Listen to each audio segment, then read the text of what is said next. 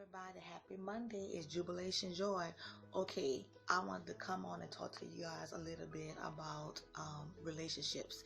And I know I did a video maybe last week about chronic illness and relationships, but this one is different. It's not about relationships with your family or with your friends or with your co-workers, nothing like that.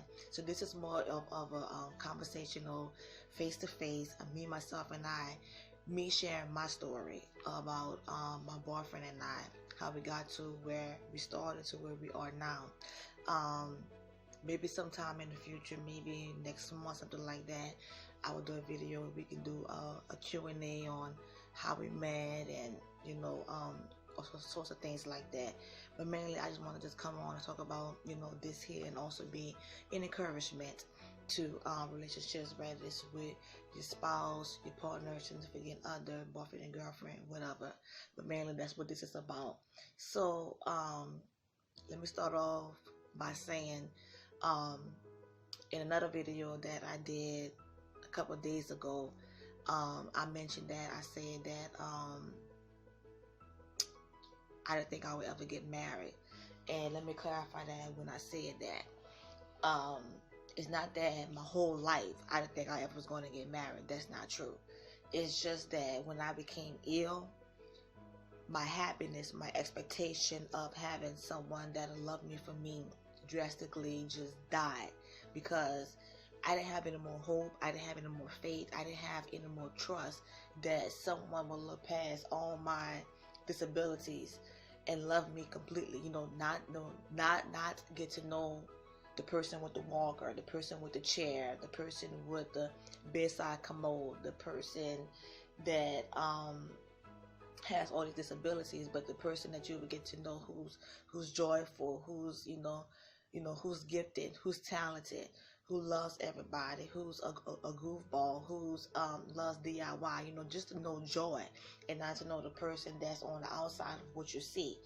And I went through that for such a long time. When everything happened in my life in 2016, at that time I was single. I didn't have any prospects. I wasn't dating anyone. I was totally single. And when everything happened, I just really just cried every single day. I went through a major depression, not just because of wanting someone in my life. It was because I could not fathom in my mind how my life had drastically changed from being a preschool teacher, and then now I'm at home with a disability that I've never heard of, that I never knew where it came from. They were checking the both sides of our family, that it didn't exist. It just scared the crap out of me. Like, how did this happen? This is not my life. This is not what I signed up for. How in the world did I get here? And it scared me so bad. I did not know how to cope. I did not know how to deal. I did not know how to embrace the major change that my life had took. So, to go from being in the hospital for a full month, they didn't know what was wrong with me. They thought it was ALS, which is Lou Gehrig's disease. They thought it could have been Parkinson's, like Muhammad Ali had. They thought all kind of things, but they mainly just sent me home as an acute case, not knowing what was wrong with me. I left straight from there, went to inpatient rehab for a month to learn how to walk all over again. I could not do anything for myself. My mom had to feed me, bathe me, do every single thing that is normal in our lives to do that we take for granted, until something in our lives happen, and then somebody has to step in and help assist you in your life to get those things back in order. So when that happened, I was embarrassed, but I had a great support system, a family that just rallied together and did what they had to do to make sure that I was okay. But still, at my heart of hearts, I would look at everybody that had someone. I'm getting emotional now. I cried every single time because I wanted that so bad. And now my heart was like, is it going to happen for me? Is somebody going to love me where I'm at now? Is somebody going to be strong enough, be mature enough, be able mentally, physically, emotionally to walk down this road with me? And I had met some guys, but they were not mature enough to handle the challenge. And so I cried, and I was angry, and I was bitter, and I was mad. But I had to realize, okay, I didn't ask for this here. I did not cause this upon myself. So I'm still worthy of love. I'm still worthy of somebody accepting me for who I am. The good, the bad, the ugly, the happy, the frowns, the good days, the bad days, the thunderstorm days, the sunny days, all of that and more. And I didn't have anyone in my life that I considered that type of quality to walk with me down this road. So let me get back to what I was saying. So my boyfriend and I, we've been together for a full year now. We mainly met online 7 years ago to this day. Every time he will always want to talk to me and everything. And I'm not saying online is good. I'm not saying online is bad. Whatever works for each individual. The only reason why I did it was because I was not the type to go out to clubs, and I didn't drink, I didn't smoke. I was a good girl looking for someone who had the same like-minded values and upbringing, and just the same mindset that wanted to get married, not a one-night stand, not just have a fling, not date you and somebody else at the same time. I'm not like that. I have a mother's heart. I'm a wife, and that's what I was looking for, someone who would accept all the qualities of of who I am and what I can bring to the table, and that he would be a husband and not a player. So we talked online and everything, a lot of things. We talked and discussed a lot of issues and just discussed things from A to Z. After a while, I got offline because I felt like, oh my God, I cannot believe that I set up a profile and did that. So I kind of was like embarrassed. So after a while, I kind of like just set myself off from being on there for a while. So then he kept messaging me, through Facebook and everything, and I would respond back little by little. But after a while, I had met someone that was closer to me, and then we got into a relationship. And then, so after a while, that relationship did not work. So he, he kept messaging me after a while. Every time he wanted to talk, either I was going through this phase where I just did not want to be bothered because of things I was dealing with in my life. The stress of being a preschool teacher and other things that I was dealing with, or either I was in a relationship. So, you may think in your mind, okay, so if he pursued you all as many times, why you didn't give him a chance? It was because I was afraid. This is my first time ever being online, and you hear all the taboos and the bad stories about it. So we had never met. We always just chatted online and everything. So I felt like I could feel much safer if there's somebody in my family that may introduce me to someone that they think may be good for me, or somebody that I may meet in my community, like that. Right? You're in the store, in a library, you run to somebody like that, and you can see them in person. So I felt much safer like that. But he did not give up. After a while, he did give up, and he didn't message me for a couple months. When he recently messaged me, that was in I'm sorry, I was looking at my eyeglasses, I'm sorry. He messaged me, that was last year, and that was like around March.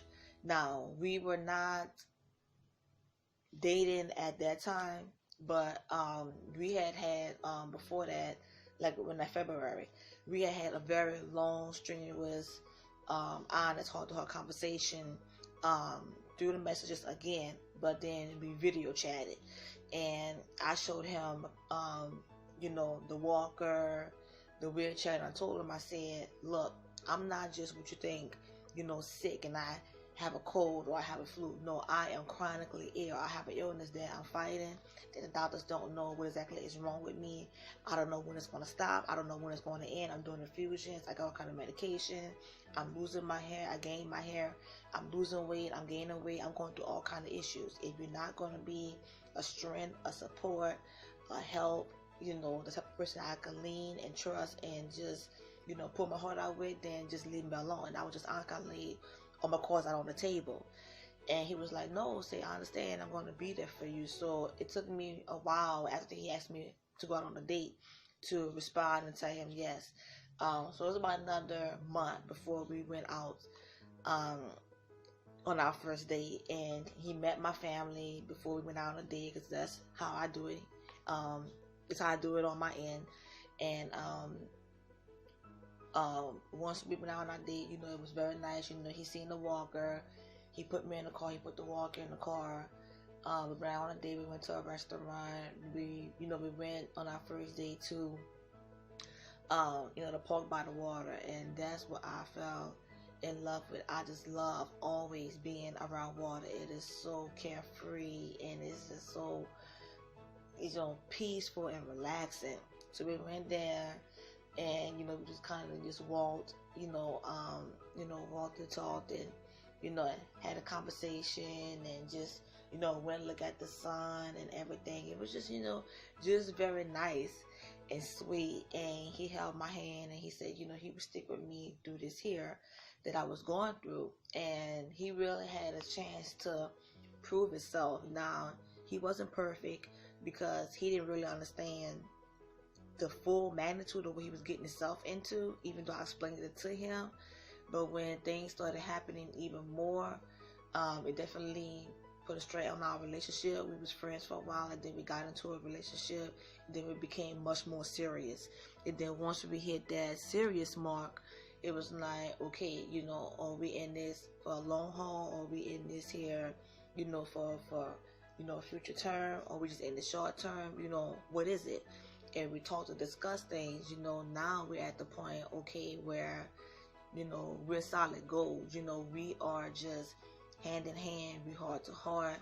We are together forever in this here, and it's a blessing from then to now.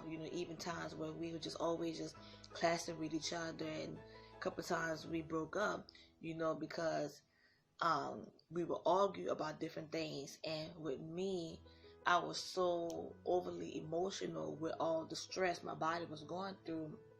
I would lash out, and he didn't take that well, so we broke up for a while. And I did not blame him, because of my attitude, because of the anger that I was feeling.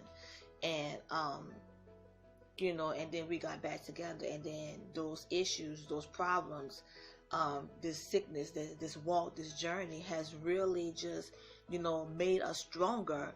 And I just come on just to encourage you guys, always be honest in your relationship, always be truthful, don't lie, don't hold things back like I did. I didn't want him to know, okay, well, hey, I have a bedside commode in my bedroom. I did not want him to know, and I tried to hold my body would go into these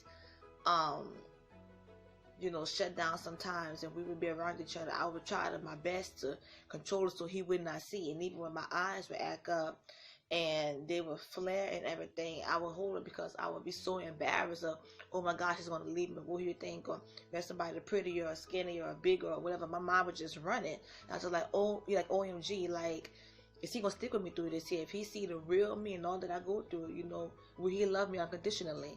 And that was my frustration. That was my worry. And then when he proved a lot of things to me to show me that he was there, that he's in it for the long haul, that he genuinely, honestly loves me, we got past those issues. And I could not expect him to be 100% honest with me when I was only be 50% honest with him. It does not work like that.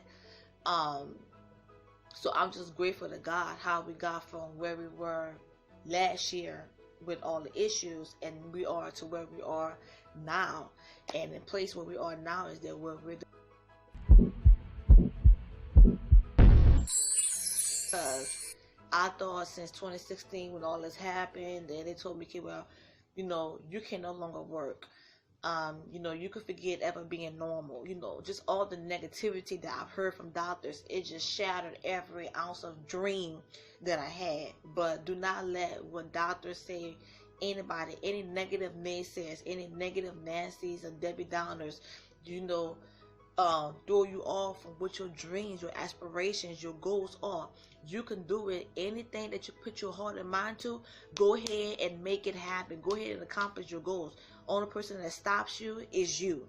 And I'm just happy, now we're in a process of, come on and share that. We haven't exactly set a date yet. We're looking, for some time somewhere in March. But just, oh my gosh, with all the hell that I've been through, I was like, oh my gosh, God, thank you for the opportunity, because everybody that looked at me, every man